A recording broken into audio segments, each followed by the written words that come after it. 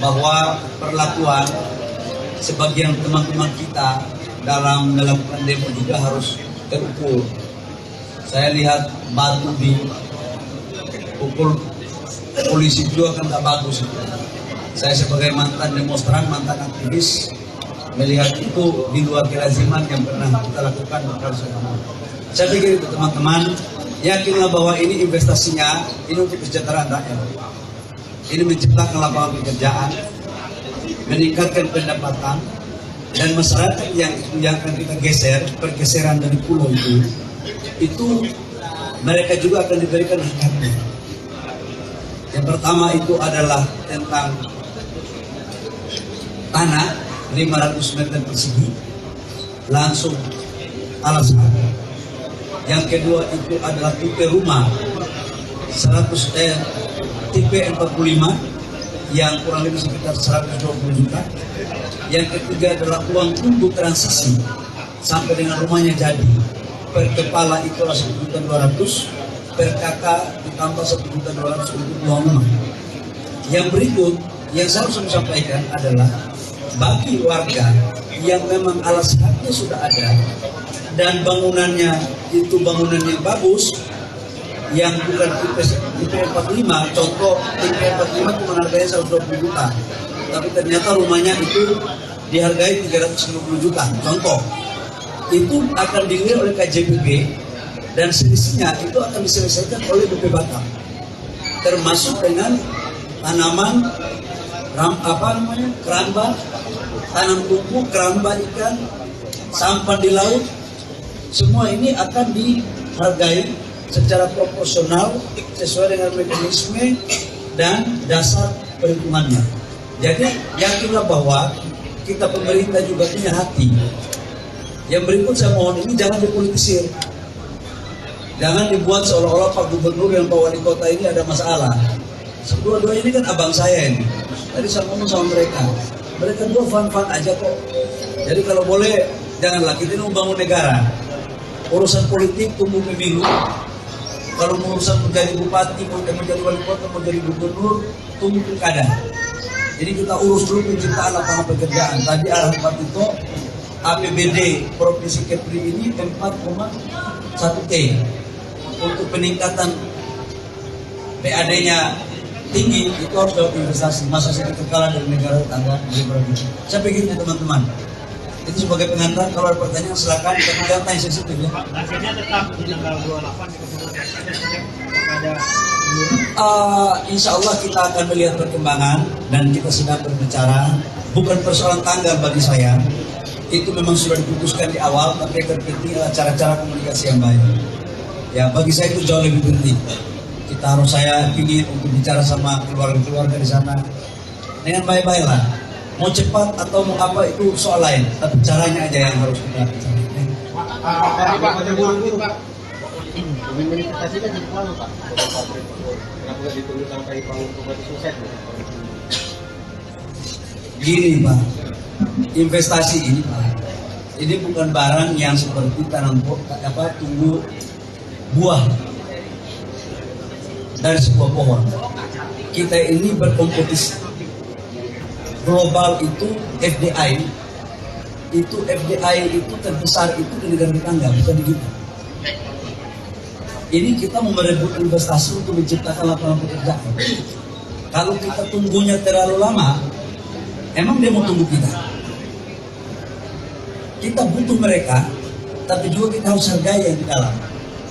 Tapi bukan berarti kita mengendalikan ini bukan dana APBN, ini anggarannya bukan sedikit. Ini investasinya total itu 300 triliun lebih. Tahap pertama itu 175 triliun. Kalau ini lepas, itu berarti potensi pendapatan PAD dan penciptaan lapangan pekerjaan untuk saudara-saudara kita di sini itu akan kehilangan peluang. Itu, bos ya. Pak. Silakan. Oh, siap bos. Pak Menteri, ini biar informasi yang jelas. Berapa sih total luasan APL yang dikasih orang jumlah orang penumpang? Yang kedua, rencana relokasi yang disiapkan ini adalah di Pulau apakah Menteri APBD sudah memberi HPL-nya terhadap Bima? Dan kedua, menurut informasi yang dari masyarakat, di pesisir pantai Dapur Gede banyak perkumpulan masyarakat. Mohon penjelasan. Nanti menyangkut APL nanti Pak Menteri ATR yang menjelaskan. Yang pertama, total areal itu kan 17.000 lebih. Tapi dari 17.000 lebih itu kan ada 10.000, kurang lebih 10.000 sekian, itu kawasan hutan. Nggak bisa kita apa-apain, hutan lindung misalnya. Hutan lindung. Jadi arealnya itu kurang lebih sekitar 7.000 sampai 8.000 hektar yang bisa dikelola. Itu yang pertama. Yang kedua, untuk kawasan industri yang tahap pertama itu kita kurang lebih sekitar 2.000 sampai 2.500. Ini yang kita harus clear. Nah, terkait dengan pergeseran ke Galang menyangkut dengan status, nanti mungkin Pak Menteri ATR nanti tolong jelaskan tentang status APL-nya. Menyangkut kuburan dan segala macam nanti kami dalami, ya. Nanti saya masih di sini, saya tidur malam ini di sini. Nanti bila perlu malam kau diskusi sama saya. Ya. Jangan tanya di luar batas kewenangan menyangkut kuburan itu kecuali saya ketua RT. Kalau saya ketua RT Rempang saya bisa jelaskan. Ya.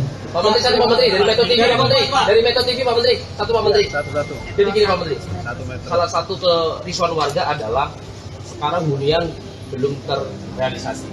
Sementara untuk merealisasikan butuh waktu yang cukup lama. Sementara posisi bapak-bapak yang sekarang menjabat takutnya tidak akan atau tidak terpilih lagi pada saat yang akan nanti. Kira-kira jaminan apa oleh pemerintah yang akan diberikan? Begini bos, membangun rumahnya itu paling lama 6-7 bulan. Kalau 6-7 bulan, Pak Rudi ini masih wali kota, Pak Ansar dulu masih gubernur. Kami bertiga juga insya Allah masih menteri, terkecuali presiden besok pagi mimpi lain, ya. Jadi keraguan itu nggak perlu ada, mungkin keraguan itu udah Metro TV aja itu. Nah kemarin Artinya kan tidak hanya 6 bulan Pak Menteri. Secara keseluruhan itu kan tidak untuk 6 bulan. dari rilis BP itu 2 tahun. Itu kalau totalnya, ini kan bertahap kita bangun. Contoh kayak sekarang di lokasi 2.300 sampai 2.500 itu hanya sekitar 700 kakak. Jadi gampang lah saya pikir, kita ini kan, saya ini mantan kontraktor. Kalau cuma bangun 2.000-3.000 rumah itu nggak terlalu susah itu.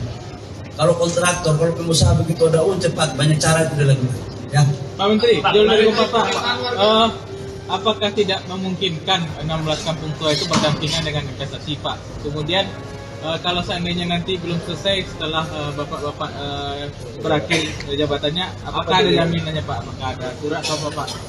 Begini, pemerintah itu orangnya boleh berganti, tapi pemerintahnya itu jalan terus. Kalau itu sudah menjadi keputusan dan landasan hukumnya sudah kuat, tidak perlu ada keraguan itu. Ya. Investasi yang berdampingan dengan 16 kampung tua itu gimana? Nanti kita lagi bicara, ya. Kita lagi bicara. Berarti ada peluang ya? Nanti kita bicarakan, ya. Pak, ternyata Komnas HAM Ini saya pikir cukup baik. Wartawan ini kelihatannya lebih maju cara berpikirnya ketimbang pemerintah. Kadang-kadang kita bingung nih kalian punya pertanyaan. Masyarakat. langsung ke Rempang dan merekomendasikan bahwa relokasi ditunda. Bagaimana Pak? Ya itu kan hak dia untuk memberikan rekomendasi. Nanti kita pertimbangkan semuanya, ya. Nanti kita lihat, ya. Oke bos, saya pikir cukup ya. Oh dari Papua kan? Oh dari NTT, saya pikir kok dari Papua, muka kau sama dengan saya. Jadi kan Bapak Presiden diutus untuk bertemu dengan orang, kapan kira-kira pertemuan ini? Nanti kita lihat, ya. Saya belum makan sore soalnya, sambil berpikir, ya. Oke, saya pikir cukup ya. Nanti ke Rempang lagi ya Pak ya? Nanti kita lihat, nanti kita lihat. Apa yang harus Pak Hadi, menyambut apa yang